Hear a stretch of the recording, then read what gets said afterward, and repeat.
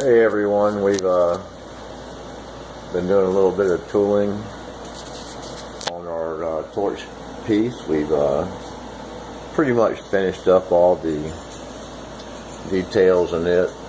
It's been a wonderful experience. Learned how to do a little bit of mill work.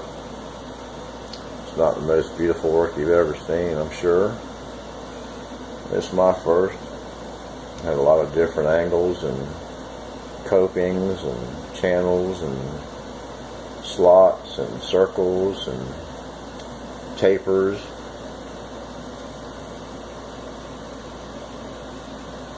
And we still have to drill it to our mounting block. But anyway, we figured this is our first mill piece. Guess what? Put our name in it. So we've got a block of wood up here to simulate the layout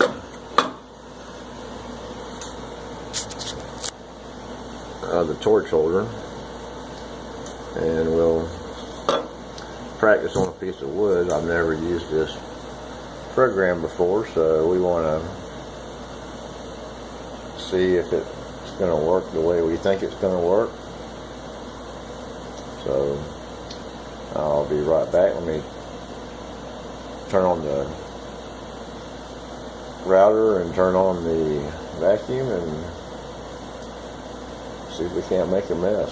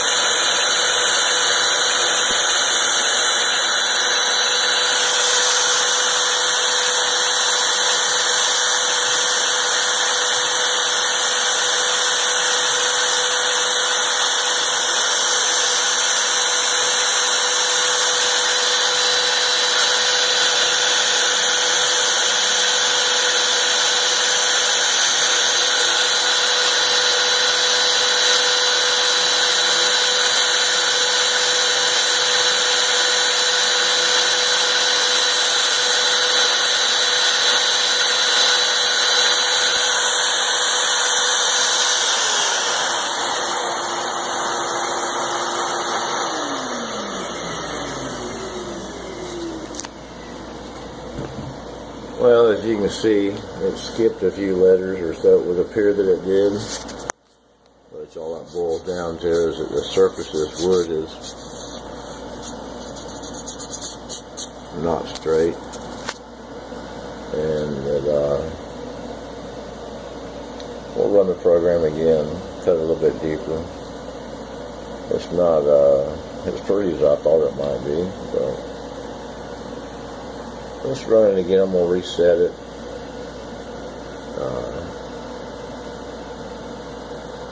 About twice this deep.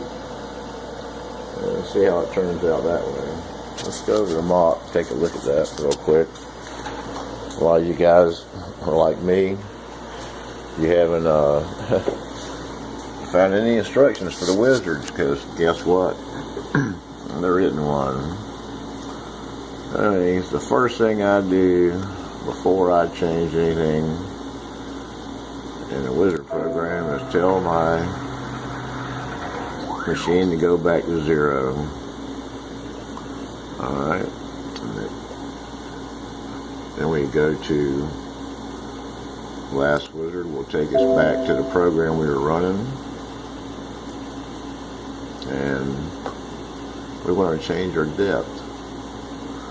We're at 0125, and we'll probably, like I said, double that. So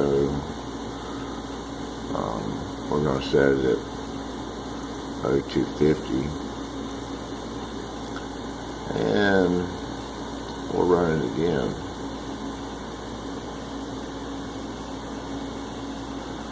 It's a pretty simple program. It's got some weird little things about it, like when you put your cursor up here, you don't get to see it. And some things work on your keyboard that don't work on this one. And some things you have to do with your mouse, and some things you can do with the keyboard. But so anyway, we're going to hit write and regenerate the code. I have it automatically set to save on exit each time I use it. So let's go back up here and look at the code and run through our lines. And as you can see now, we're going to I'm sorry, that's our wrap it up.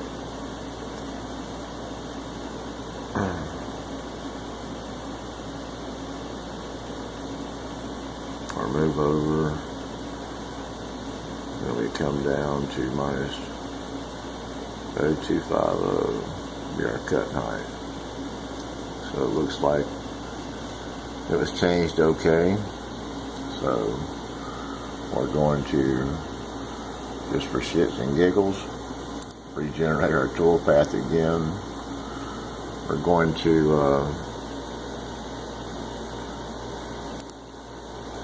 enlarge this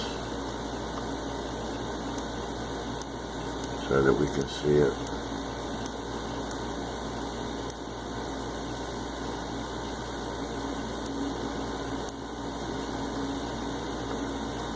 A little bit better.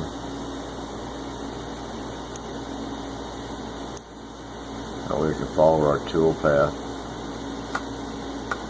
Alright, well I believe we're ready. We're all set to go. So we'll go back over here and restart it. I have another keyboard set up that I use for my hands-on milling, so to speak. So I'll turn the router on, and with further ado, make this happen.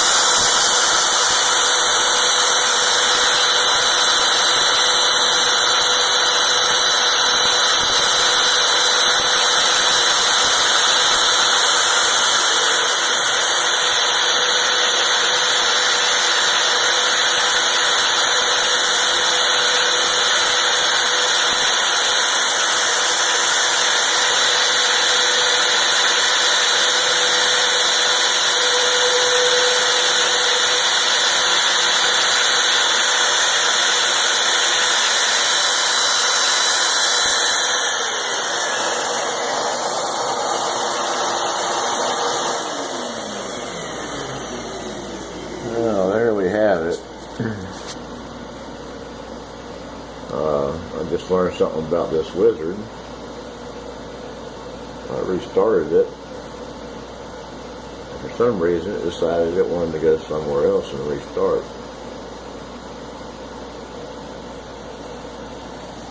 Curious. Let's go take a look at that and see why that happened. I didn't change the starting point, but apparently the creator of this program, look at there, has a sense of humor and decided to change that for us. I guess make sure you're staying on your P's and Q's, because don't know why that would be like that. Alright, you can see we got the save on exit. And we're going to go back over and hit right again.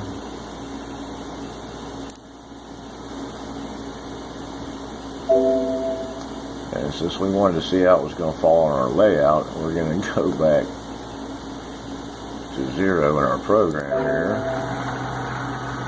So you can see that. Send it back to the starting point.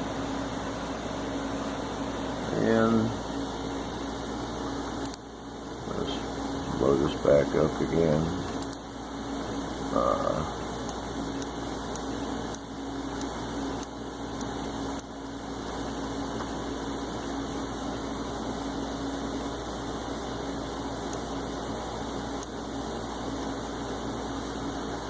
Alright, I'm going to do a regen. As you can see, our gear rows are all 0 here. I guess I didn't notice before when I was more concerned at looking at the elevation. I did not pay attention to the coordinates. It would have reflected it there, I'm sure. So tag buyer beware. It came free with the software. I think a German guy created that, so maybe the joke's on us, right? Alright, well, we're going to start back up again, and hopefully this time it'll overcut the first cut we started and cut it a little bit deeper. So let's go back and start it up and get it going. I figured it'd be nice if you guys could see some of the problems that you encounter firsthand, because this is my first time. So here we go. We're going to run it again.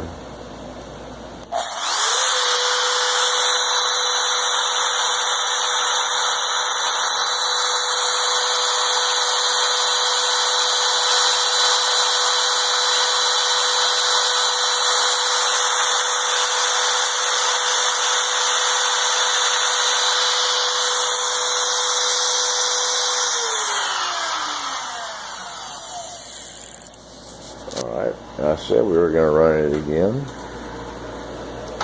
Something out of whack here a little bit. Say Z. Why is there a Z problem?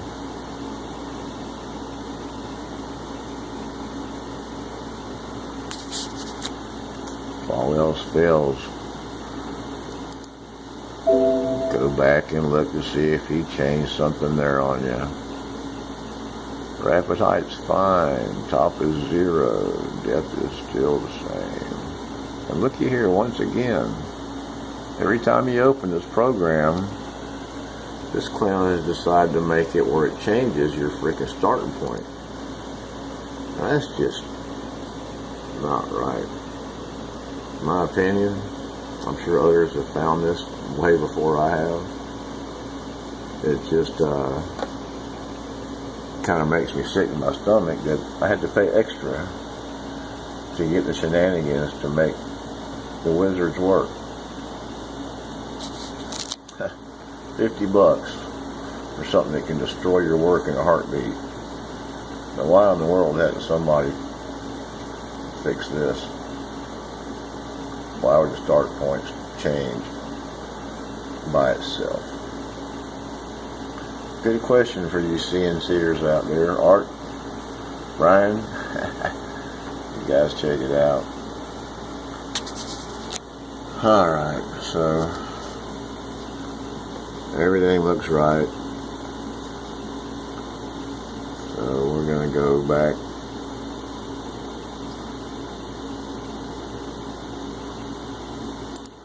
to do a rewrite.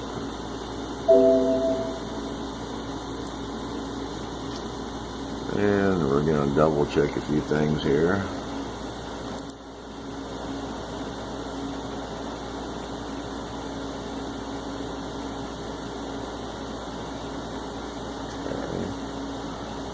Those look good. Our Z looks good.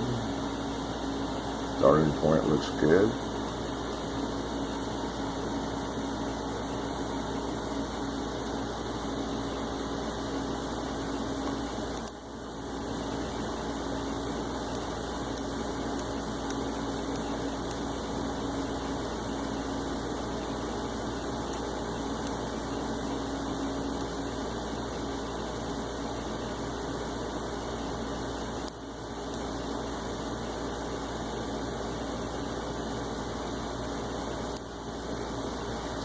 Alright, well, where everybody's at 0, everybody's in position where they're supposed to be. Let's try it one more time here. I think that's quite interesting. They like to change the starting point on itself.